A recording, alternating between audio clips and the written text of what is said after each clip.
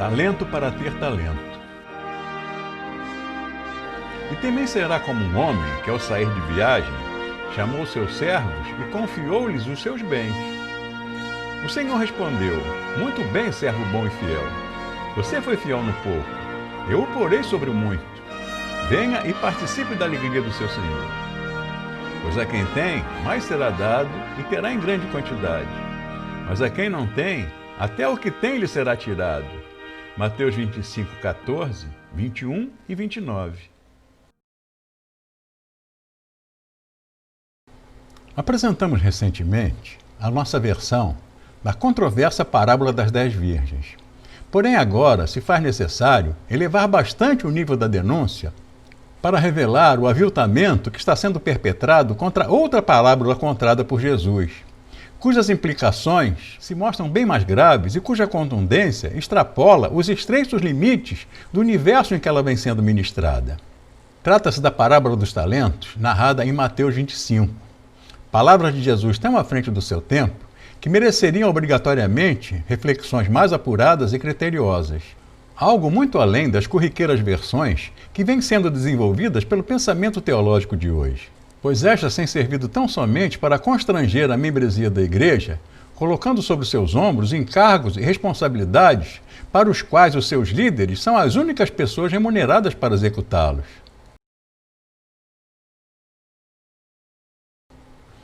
A primeira providência nesta árdua tarefa é considerar os propósitos da parábola, que não é outro senão o de, partindo de conceitos raros como uma inexequível partilha, confrontar o reino dos céus que Jesus veio inaugurar com a cruel realidade do nosso mundo, o que não pode e não deve jamais ser confundido com um sermão que simplesmente dita regras de conduta cristã. Em segundo lugar, levar em conta a quantia absurda que o Senhor confiou a seus servos, o que seria equivalente hoje a mais de R$100 milhão. E assim avaliar o grau de prodigalidade desse Senhor, que, segundo consta, entregou aos servos todos os seus bens. Ambas as premissas nos desautorizam a relacionar o talento da parábola, que faz referência à moeda corrente nos limites do Império Romano, com talento no sentido de dom, aptidão ou destreza. O conceito de talento como dom e a sua ligação direta com o dom do Espírito são de suma importância quando considerados a partir do ponto de vista do crescimento da Igreja.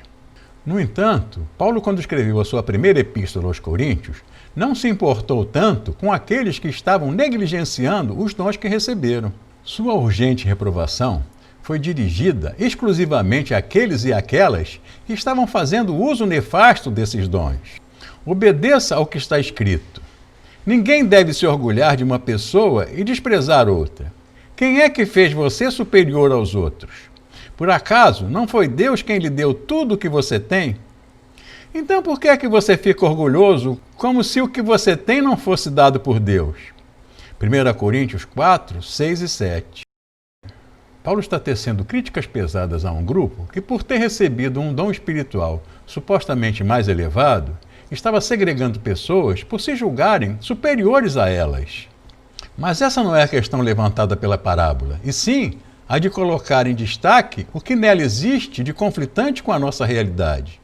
Posto que a narrativa aborda um tema que se assemelha, sob um ponto de vista, à proposta do reino dos céus, mas que é avesso a tudo que subsiste nesse mundo.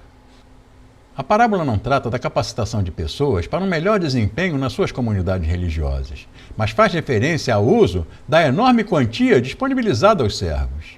Não se trata de algo que se recebe para uso fruto da igreja local ou do circuito denominacional, mas de um elemento que tem ingerência sobre um universo muito mais amplo, visto que toca todas as pessoas. Em suma, nenhuma relação tem os talentos iguais a dons do Espírito Santo do Senhor Deus com os talentos igual a bens que aquele Senhor com S minúsculo confiou aos seus servos. Desde os primórdios da civilização, o mundo está estabelecido sob a égide da sociedade de classes. O que nele sempre vigorou é um projeto de poder em que a outorga conferida pelos deuses é o único fator que determina a posição que cada pessoa deve ocupar nessa sociedade de classes. Um conceito muito próximo daquele que Darwin se empenhou em eternizar com a sua famosa teoria da evolução das espécies. Quando esta estabeleceu que os mais dotados pela força, pela riqueza, pelo prestígio ou por uma herança genética são mais capazes e devem sempre prevalecer hierarquicamente sobre os que têm esses atributos em menor quantidade e com mais pungência ainda sobre os que não têm atributo algum. No mundo em que Jesus encarnou, o poder nato ou hereditário das autoridades não podia sequer ser questionado. O imperador foi feito imperador porque um Deus o predestinou para receber a faculdade particular de reinar sobre as demais pessoas. E ponto final. A cultura helenista se incumbiu de regulamentar essas classes com detalhes precisos. Nela havia pessoas que nasceram para serem cabeças. Essas não precisavam trabalhar, por isso possuíam escravos. Havia também a classe dos soldados, pessoas que nasceram com a aptidão de, pelo uso da força das armas, perpetuar a ordem estabelecida. E havia a classe dos trabalhadores, que sustentavam com seu trabalho todas as classes acima deles. A organização da sociedade hebraica era um pouco diferente, mas resultava nos mesmos fins.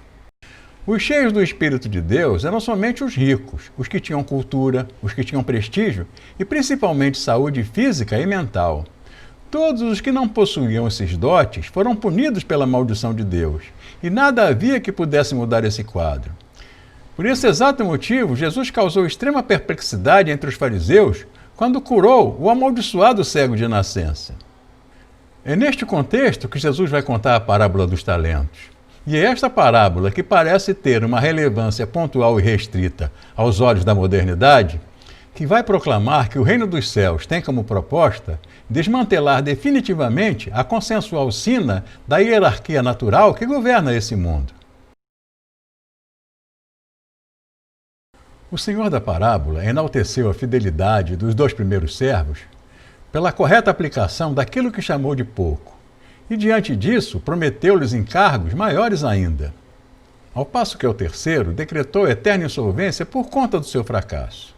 Trocando em miúdos, esse senhor não fez outra coisa senão dizer que aqueles que possuíam habilidades para fazer uso correto dos recursos disponíveis estariam aptos a receber ainda mais do que já possuem, pois quem tem, mais será dado e terá em grande quantidade. Contudo, aquele que não fez uso correto dos recursos disponíveis, ou seja, aquele que não tem, até o que tem lhe será tirado. É possível encontrar na Bíblia exemplo de pessoas que passaram pela amarga experiência de perder tudo que tinham por usarem inadequadamente os seus talentos. Mais notadamente, ela narra a saga de Nabucodonosor, que prosperou, e prosperou muitíssimo enquanto esteve a serviço de Deus, mesmo não sabendo disso. Fui eu que dei todas estas nações ao meu servo, o rei Nabucodonosor da Babilônia, e fiz com que até os animais selvagens trabalhassem para ele. Mas se alguma nação ou reino não quiser servir ao rei da Babilônia, nem obedecer ao seu governo, então eu a castigarei com guerra, fome e doença. E no fim deixarei que Nabucodonosor acabe com aquela nação. Sou eu o Senhor quem está falando. Jeremias 27, de 6 a 8. Porém, quando a vaidade da conquista o fez elevar-se às alturas e fazer mau uso dos atributos que lhe foram confiados, o próprio Deus se incumbiu de tirar-lhe tudo que tinha. Antigamente você pensava assim: subirei até o céu e me sentarei no meu trono acima das estrelas de Deus. Reinarei lá de longe, no norte, no monte onde os deuses se reúnem. Subirei acima das nuvens mais altas e serei como o Deus Altíssimo. Mas você foi jogado no mundo dos mortos, no abismo mais profundo. Os mortos vão olhar espantados para você e perguntar: será este o homem que fazia os reinos tremerem, que fazia o mundo inteiro tremer de medo? Será este o homem que fez o mundo virar um deserto, que arrasava as cidades e não deixava os seus prisioneiros voltarem para casa? O rei Nabucodonosor perdeu muito mais do que havia recebido, pois além de perder seu prestígio, seu poder e tudo o que havia conquistado, perdeu também sua lucidez e sua saúde. Sua queda foi tão absurda que até os mortos fizeram chacota dele. Neste texto, pode-se constatar que o seu poder não lhe era inerente, mas que foi dado por Deus sem levar em conta qualquer mérito ou direito nato. E Deus pôde tomar de volta quando bem lhe aprouve. Quando a parábola diz que o Senhor distribuiu seus bens, conclui-se que sua temática é a transmissão do poder de uma pessoa que o possui para outra que não possui. Diz também que quando esse senhor fez a acariação dos bens distribuídos, pôde cobrar dos seus servos resultados relativos à quantia que foi conferida a cada um. Não estaria Jesus querendo dizer que não importa o volume das vantagens materiais que a pessoa recebeu, ou mesmo a sua origem, mas sim o que ela fez acontecer com aquilo que recebeu? Porém, esta é uma conclusão intrincada, porque abala seriamente as instituições de poder que estão sacramentadas desde os primórdios da civilização. A parábola quer dizer que o poder constituído a uma pessoa é para o benefício de todos, e não para o privilégio de poucos. Esta é uma conclusão bem mais ao estilo Jesus, que veio, como ele mesmo disse, trazer a espada da transformação para que esse mundo se torne realmente semelhante ao reino dos céus, como ele sugere na parábola. Essa parábola é simplesmente a primeira das regras morais que no século XVIII vai reger os ideais republicanos da Revolução Francesa. Ou seja, Jesus é a voz que pela primeira vez na história da civilização ousou se levantar para valorizar o trabalho em detrimento dos atributos que alguém possa ter ou receber. Para um mundo que sempre considerou os bem-nascidos, os ricos, os belos e os com prestígio primordialmente bons, Jesus vai dizer que esses atributos podem e são usados também para o mal, caso não se faça uso deles para o bem comum. O problema é que essa parábola só foi entendida 1800 anos depois e por um seleto grupo. Mas depois disso, parece que tem servido somente para constranger as pessoas a encherem aleatoriamente as suas igrejas. Imagine que você viveu na época de Jesus e que ouviu a parábola dos talentos contada por ele na íntegra. Depois caiu em um estado de hibernação do qual acordara somente hoje. Alguém tenta explicar para você que os talentos da parábola são, na verdade, dons concedidos pelo Espírito Santo. A que conclusão você chegaria? Que Jesus usou aquele seu grupo como um teleprompter humano para enviar uma mensagem aos cristãos do século XXI, uma vez que ele estaria fazendo alusão a um fato que somente ocorreria após a sua ressurreição? Ou você pensaria que estamos todos doidos em supor que Jesus faria um desafio decisivo para pessoas que não tinham a menor condição de entender desta maneira a parábola? Uma parábola que fez toda a diferença para vocês, que quando reunidos às escondidas nas fétidas catacumbas romanas, fizeram desmoronar acima de suas cabeças a maior estrutura de poder hediondo que o mundo já conheceu.